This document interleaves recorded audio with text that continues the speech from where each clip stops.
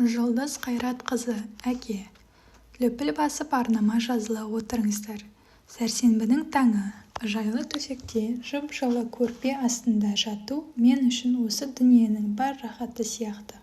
Әр таң сайын көрпе астындағы жып-жылы жайлы сезімді қимай-қимай оянамын. Сағат қоңырауының дыбысын қайта-қайта өшірумен ұйқым бұзылып кетті. Әкемнің «Айдош, тұра ғой, сағат 7 болды, сабаққа кешігесің» деген сөзін күтіп жатырмын. Әдетте осы уақытта ас үйден әкем дайындаған таңғы асының иісі келіп тұратын. Әкем жемістерден жасайтын смузидің, тәтті қимақтың иісі, бірақ бүгін сол иісті, сол дауысты сезбедім. Көзімді уқалап, ұйқымды аша алмай, төсегімде керіліп біраз жаттым. Әкем әлі келген жоқ. Мәссаған. Әкемнің де ұйықтап қалатын кезі болады екен-ау, бүгін сабаққа бармай-ақ қойсам екен деп Құдайдан тілеп жаттым. Әкем сұраса, сен оятпадың дей саламын. Осы тәтті диалогты қиялымда құрастырып жатып, жымиғаным сол еді, арғы бөлмеден апамның «Ахмет, оян, Ахмет, тұра қойшы» деп қатты айғайлаған дауысын естідім. Мен анамды апа деймін. Шошып кеттім. Төсегімнен атып тұрсам, ойбай, айрылдық, Құдай! Айрылдық жаным-ау деп саршылаған қаралы дауыс естілді. Апамның не деп жатқанын түсінбей, әкем жатқан бөлмеге бардым.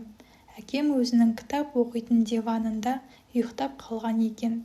Оның кейде осылай төсегіне жатпай ұйықтап қалатын әдеті бар.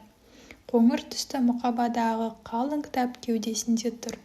Оң жақ қолы кітапты ұстап жатқандай. Сол жақ қолы диваннан сырғып түсіп салбырап жатыр.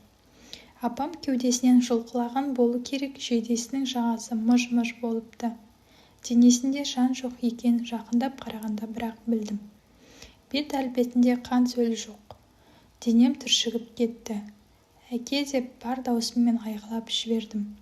Диванның жанында тізерлей құлаған апамның қасына мен де отыра қалып, әкемнің жансыз сұп-суық алақанын қолыма алдым. Қаттырақ уқалап, алақанын жылытсам, ол оянатындай көрінді. Әке, ояншы деп көз жасымды көлдете бердім.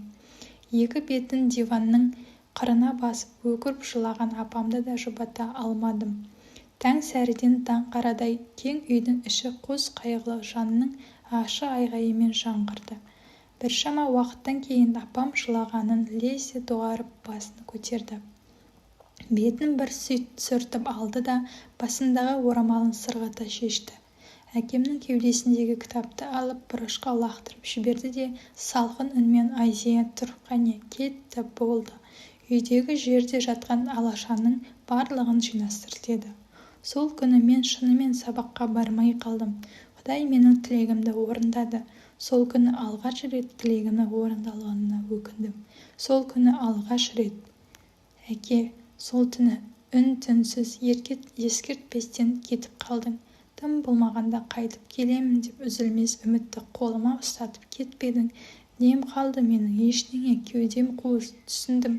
Ең соңғы өшетін үміт ең бағалы екені. Үміт болған жерде бәрі бар, ал үміт жоқ жерде қарекетсіз екен біз. Өмірде миллионның бір бөлінгенде, тіпті миллиардтың бір бөлігінде үміті бар адам қандай бақытты.